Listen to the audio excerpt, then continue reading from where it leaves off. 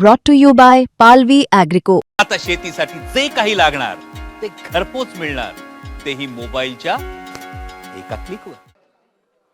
अध्यक्ष महोदय, अन्न नागरी पुरवठा अंतर्गत शिवभोजन थाळीला सुधारित अंदाजात मागच्या वर्षी 220 कोटीची तरतूद केली आहे, यावर्षी 120 कोटीची केली आहे. अध्यक्ष महोदय, याच योजनेची कॉपी करून दिल्ली सरकारने नमो थाळी योजना सुरू केलेली आहे आणि म्हणून अध्यक्ष महोदय माझी विनंती आहे की 220 कोटीची तरतूद मागच्या वर्षी असेल तर 30 तरतूद पुढं 100 कोटी अजून त्यात वाढवण्यात यावेत. अध्यक्ष महोदय, या निमित्ताने भारतरत्न डॉक्टर बाबासाहेब आंबेडकर सामाजिक विकास योजना 21-22 मध्ये मंजूर केलेली कामं माझ्या जिल्ह्यामध्ये अध्यक्ष महोदय पूर्ण झाली. सामाजिक न्याय विभागात सांगली जिल्ह्यात इतर अनेक योजनांतर्गत 22-23ची जी कामं पूर्ण झाली आहेत त्याला सरकारने अजून निधीच दिलेला नाही. सरकार जे म्हणते पैसे आहेत, मग मागचे पैसे का देत नाही हा सरकारला आमचा प्रश्न आहे. अध्यक्ष महोदय, गृह विभागात माननीय राज्यमंत्री या ठिकाणी बसलेले आहेत. माझ्या उरण ईश्वरपूर नगर परिषदेमध्ये नगर परिषदेची जी जागा आहे ती गृह विभागाच्या अखत्यारीतील जागेवर उभी आहे आणि सदर जागा गृह विभागाकडून नगरपालिकेस हस्तांतरित करण्यात आल्यास त्या ठिकाणी नगरपालिकेला स्वतःची जागा म्हणून त्याला तिथंच ऑफिस आहे नगरपालिकेचं. मागची जागा गृह विभागाची आणि पुढची जागा नगरपालिकेची आहे. त्यामुळे गृह विभागाकडून नगरपालिकेस ही जागा हस्तांतरित करावी अशी माझी मागणी आहे. त्याचबरोबर ईश्वरपूर पोलीस स्टेशन कर्मचारी वसाहतीची अत्यंत दुरावस्था झाली आहे, तिला तात्काळ दुरुस्ती करण्याची अध्यक्ष महोदय मी मागणी करतो. या ठिकाणी अध्यक्ष महोदय, गृह विभागात पोलीस सब इन्स्पेक्टर PSI ह्या पदाची परीक्षा अध्यक्ष महोदय STI म्हणजे राज्य कर निरीक्षक तसंच सहाय्यक विभाग अधीक्षक या तिघांची एका स्पर्धेद्वारे एका परीक्षेच्याद्वारे भरती केली जाते. अध्यक्ष महोदय, सब इन्स्पेक्टर हे पद जे आहे ते अतिशय जोखमीचं आहे.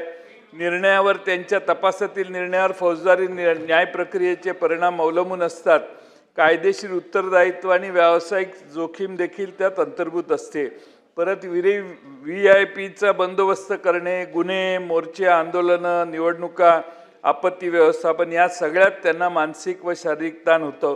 फील्डमधला हा अधिकारी आहे आणि म्हणून अध्यक्ष महोदय आज आपली परिस्थिती काय आहे तर ASO पदाला S16, STI पदाला S16 वेतन श्रेणी दिली जाते, पण अध्यक्ष महोदय S14 हीच अजून PSI या पदाला श्रेणी दिली जाते.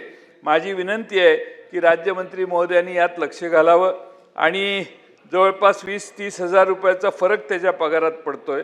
त्यामुळं S16 2 पदांना दिलेली आहे तर S14 ही त्यांची हे श्रेणी बदलून त्यांनाही S16 द्यावी. आणि अध्यक्ष महोदय, जी तफावत आहे ती न्यायसंगत वाटत नाही आणि म्हणून S16 वेतन श्रेणी प्रदान करणे अत्यंत आवश्यक आहे. अध्यक्ष महोदय, या निमित्ताने या सरकारने आज कृषी पशुसंवर्धन दुग्ध विकास विभागात सांगली जिल्ह्यामध्ये बरीच पदं रिक्त आहेत. मागच्या अधिवेशनात हा मुद्दा मी मांडलेला. पदं रिक्त ठेवणं योग्य नाही. दैनंदिन शेतकऱ्यांच्या जीवनाशी त्यांनी जीव लावून सांभाळलेल्या जनावरांची आरोग्याची संबंधित हा विषय आहे आणि म्हणून शासनाने लवकरात लवकर या जागा भराव्यात. त्याचबरोबर दुग्ध विकास विभागाला 1 लाख रुपयेच आता आउटले दिसतोय. त्यामुळं दुग्ध विकास विभागामार्फत दुधाला अनुदान देण्याची जी योजना आहे ती सरकार बंद करणार का? करणार नसेल तर त्याला किती नियतव्यय देणार? करणार नाही एवढी नुसती घोषणा करून चालणार नाही, तर उत्तरात आपण किती पैसे देणार या दुग्ध विकास विभागाला हेही सांगणं गरजेचं आहे. अध्यक्ष महोदय, युरिया खताची सबसिडी मागच्या वर्षीपेक्षा केंद्र सरकारने आता यावर्षी कमी केलेली आहे केंद्राचं बजेट बघितलं तर. त्यामुळं यावर्षी युरिया खत मला असं वाटतं की शेतकऱ्यांना लढाईमुळं युद्धामुळं जास्त भावाने खरेदी करावं लागेल आणि म्हणून अध्यक्ष महोदय आत्तापासून राज्य शासनाने केंद्राकडे पाठपुरावा करावा, अतिरिक्त पैसे उपलब्ध करून द्यावेत अशी आमची मागणी आहे. अध्यक्ष महोदय, मत्स्यसंपदा विभाग आमच्या राणे साहेबांच्याकडे आहे. मुख्यमंत्र्यांनी भाषणात 1240 कोटी रुपये दरवर्षी खर्च करणारी योजना अर्थसंकल्पात घोषित केलेली आहे. 9 तारखेला एक GR निघालेला आहे आणि 9 तारखेला GR जो निघालेला आहे तो आपण मंत्री महोदयांच्या संमतीनंच असेल. या शासनाला नेहमीची स्टाईल काय आहे, सगळ्या योजना एकत्रित करायच्या, नवं नाव द्यायचं आणि मग लोकांना वाटतं काहीतरी आपण नवं केलेलं आहे. अध्यक्ष महोदय, थोडेफार बदल केलेले आहेत. माझं म्हणणं अध्यक्ष महोदय, 1240 कोटीची जर खर्च करण्याची योजना मुख्यमंत्री देणार असतील तर मग या विभागाचा नियतव्यय किती? नियतव्यय 259 कोटी रुपये. म्हणजे 259 कोटी 1240 कोटीचा प्लॅन त्यांनी आता जाहीर केलेला आहे.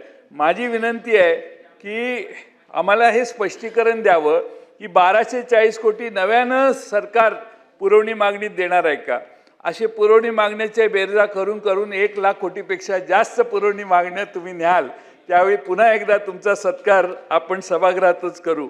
पण अध्यक्ष महोदय, आता लाडक्या बहिणीच्यासाठी आपण अनुसूचित जाती आदिवासी विभागाचा निधी वळवला, जिल्हा योजनांचा निधी वळवतो, तसं अध्यक्ष महोदय ही जी योजना आहे याला स्वतंत्र निधी द्यावा आणि त्याची तरतूद करावी अशी माझी विनंती आहे. आता अध्यक्ष महोदय, भारत अमेरिका व्यापार करार झालाय म्हणतात, झालाय की नाही हेही केंद्र सरकार सांगत नाही, पण जे बाहेर येतंय त्यामुळं भारतीय शेतकऱ्यांच्यावर मोठं संकट आलंय असं मला वाटतंय. आपला 2-4 एकराचा शेतकरी अमेरिकेच्या 1000, 2000, 10,000 हेक्टरच्या शेतकऱ्यांच्या बरोबर आणि अनुदान घेणाऱ्या शेतकऱ्याच्या बरोबर लढाई करणार आहे. आणि म्हणून अध्यक्ष महोदय, सोयाबीन, कापूस, ऊस, मका, दूध हा सगळा शेतकरी भरडला जाणार आहे. अमेरिकेमधून 40 रुपये लिटरवालं इथेनॉल ज्यावेळी येईल त्यावेळी इथे 60 आणि 70 रुपयाचं इथेनॉल कोण घेणार आहे अध्यक्ष महोदय? दुधाला अगोदरच भाव नाही, त्यात आता हे अनुदानाचं काय मला होतंय माहीत नाही. अनुदान आता सध्या जास्त प्रेशर आलं की जाहीर करतील अनुदान. पण अध्यक्ष महोदय, अमेरिकेतून दूध आणि पदार्थ ज्यावेळी 0 टेरिफवर भारतात येतील त्यावेळी अध्यक्ष महोदय आपण काय करणार? आणि म्हणून माझा मुद्दा एवढाच आहे की आपला शेतकरी टिकवण्यासाठी राज्य सरकारने काय उपाययोजना केली आहे का? त्यासाठी केंद्र सरकारचं धरसोडीच्या आयातीचं धोरण मागच्या 10 वर्षात शेतकऱ्यांचं प्रचंड नुकसान झाले. कांद्याला भाव मिळायला लागला तर लगेच निर्यात बंदी करून सगळं आपण बाहेर ते कांदा द्यायचं बंद करतो. तेलबियांचंही आयात होते. बांगलादेशसारखी हक्काची बाजारपेठ आपल्या हातातून गेली. आपला केंद्रानं धोरण ठेवलं, बांगलादेशकडे काही पाठवायचं नाही किंवा त्यांनी कर लावलेला होता. अध्यक्ष महोदय, आपल्या धोरणाला कंटाळून बांगलादेशच्या शेतकऱ्यांना त्यांनी प्रोत्साहन दिलं आणि आपली चांगली हातातली बाजारपेठ गेली. माझी एवढीच सरकारला सूचना आहे की मुख्यमंत्र्यांनी भाषणात त्यांच्या अर्थसंकल्पात झाले की आम्ही भारतीय शेतकऱ्यांना जागतिक बाजारपेठ खुली करून देतोय. जागतिक बाजारपेठ तुम्ही खुली करून देताय का? त्या शेतकऱ्यांना अमेरिकेतल्या शेतकऱ्याला भारताची बाजारपेठ तुम्ही खुली करताय याचं स्पष्टीकरण. सभागृहाची वेळ सभागृहाचे कामकाज संपेपर्यंत वाढवण्यात येत आहे. 5 मिनिटात संपत आला विषय. आणि त्यामुळे माझी शासनाला विनंती आहे की आपण अशी घोषणा करणं अध्यक्ष महोदय हे परिस्थितीशी विसंगत आहे आणि ती दिशाभूल होते असं माझं मत आहे. अध्यक्ष महोदय, आमच्या गुलाबराव पाटलांच्या विभागात जलजीवन मिशनसाठी केंद्र शासनाने मुख्यमंत्र्यांनीच काल सांगितलं की 2028 सालापर्यंत 8,69,000 कोटी रुपयाचा नियतव्यय मंजूर केलेला आहे. बजेट मांडल्यावर असा नियतव्यय मंजूर होतो हे मी पहिल्यांदाच ऐकलं. पण ठीक आहे, केंद्रानं केलं. आता ते केंद्रानं म्हणजे त्यांना पुरवणी मागण्या मांडाव्या लागतील. परंतु अध्यक्ष महोदय, जलजीवन मिशनच्या अंतर्गत जी थकीत बिलं आहेत ती गुलाबराव पाटील साहेब देतील असा मला विश्वास आहे. आणि त्यांनी मनात आणल्यावर काय होत नाही, त्यांनी नक्की मनात आणलं तर आमच्या सांगली जिल्ह्यातल्या माझ्याच मतदारसंघातल्या बऱ्याच जलजीवन मिशनची कामं प्रलंबित आहेत. माझ्या वाळवे तालुक्यात 54 कामं प्रलंबित आहेत. सांगली जिल्ह्यात 683 कामापैकी 287 कामं प्रलंबित आहेत आणि ही कामं पूर्ण करण्यासाठी 470 कोटी रुपयाचा फक्त निधी आवश्यक आहे आणि तो त्यांनी द्यावा अशी माझी विनंती आहे.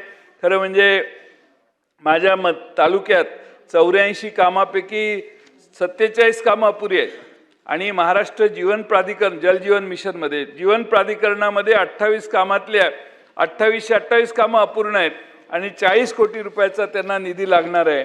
बहादूरवाडीसारखी योजना 20%च काम झालेलं आहे. लाडेगावसारखी योजना 20%च काम झालेलं आहे. बावची, एडणीपाणी, वाळवा, साखराळे, पेठ, गोटखिंडी ही कामं प्रगतीत आहेत. त्यामुळे या सगळ्या कामांना सरकारने निधी द्यावा एवढीच या ठिकाणी विनंती या निमित्तानं करतो. आणि या ठिकाणी मला पुरवणी मागण्यांवर बोलायला आपण संधी दिली म्हणून आपले आभार मानून मी माझे 2 शब्द संपवतो.